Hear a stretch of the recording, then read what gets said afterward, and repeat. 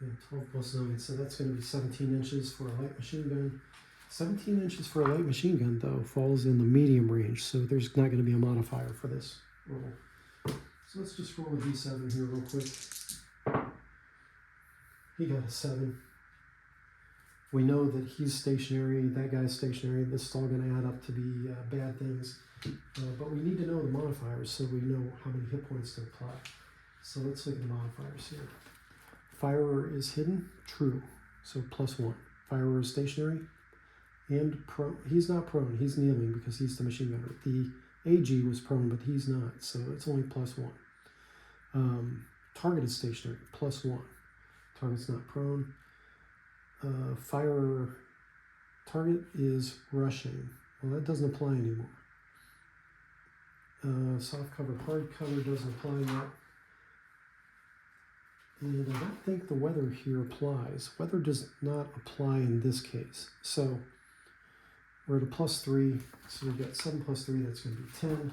That puts us in the range of hit points of D6. And then we add 2. 1 + 2 is going to be 3 hit points. So the question is, how many hit points does that dude have? Let's give him D6 + 1. It's 2 + 1, he has 3, so 3 and 3. He is actually at 0. 0 means he's unconscious, but he is not dead. So artillery fire, I don't know if you can see this, but I've laid some yarn out here to show the azimuth from the center of the baseline, and then it goes up, and then there's a sheaf that is 4 inches to either side of the center point, and 7.5 front and back from the center point. So along that azimuth, that's where the rounds are going to fall. And interestingly enough, the edge of that sheaf is just not enough to clip the machine gunner, but does get the assistant machine gunner. So you've got 1, 2, 3, 4 figures inside that sheaf. And what happens here is that there is 10 dice worth of damage that has to get applied to those figures that are within the sheaf. It doesn't matter if the soldier is hidden or not. The player meant to receive the fire nominates 2 figures. The player calling for fire selects the figure that actually receives the damage. So I'm going to nominate not my AG, not my recoilless rifleman. I'm going to select these two riflemen as my first selection for the damage. And as a player, I'm going to go with this guy that's somewhat hidden by the woods. I'm going to take him out first. And now I get to apply either 1 or 2 dice may be allocated to each figure, firer's choice. So I'm going to allocate 2 dice worth of damage to that figure. Let me get my pool of 10 here so we can just visualize it.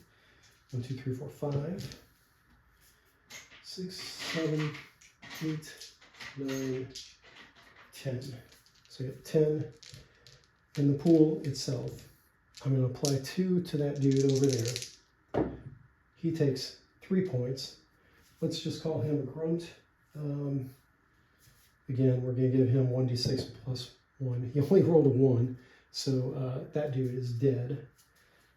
So that's a KIA. Boom. And now we take these 2 dice off the table because they've been allocated. And this one, so I got 2, 4, 6, 7, 8. I've got 8 more to allocate.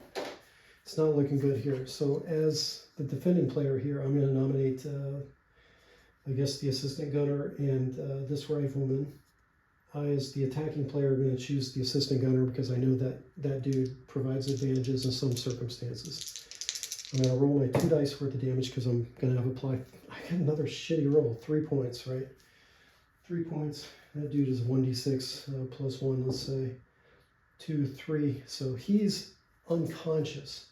So I need another dice to mark unconscious. I marked this guy unconscious with a 0 and a 10-sider.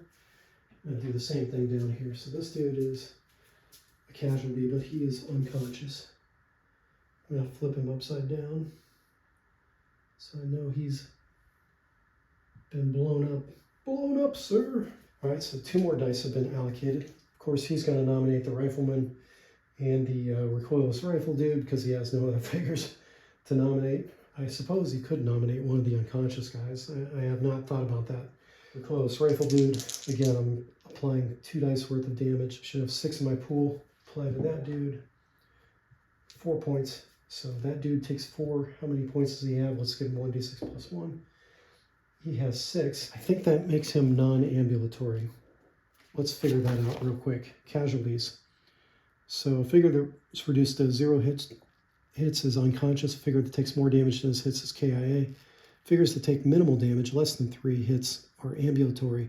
But those that take 4 or more hits cannot self-evac. So this dude is non-ambulatory.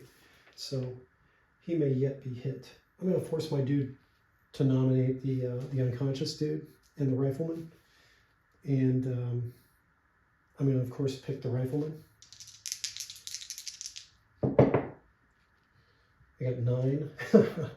That dude is toast. So he's KIA. I've got 2 dice left to apply. I'm going to nominate the unconscious guy and the non-ambulatory lowest rifleman. And I'm going to actually pick the unconscious dude and only allocate 1 die of damage. Anything below 0 takes him out, so that dude is now dead. So I'll take that off, and that dude is KIA. And that leaves me 1 dice to apply. There's only 1 figure left to nominate. That dude had, 2 hit points left? So if I roll 2, now that dude is unconscious. Hilarious. So he's non-ambulatory, wounded, and he's unconscious. So that artillery strike wiped out a good chunk of the NVA. I hope you can see how devastating one artillery strike can be. So don't give your players a bunch for the first scenario, please.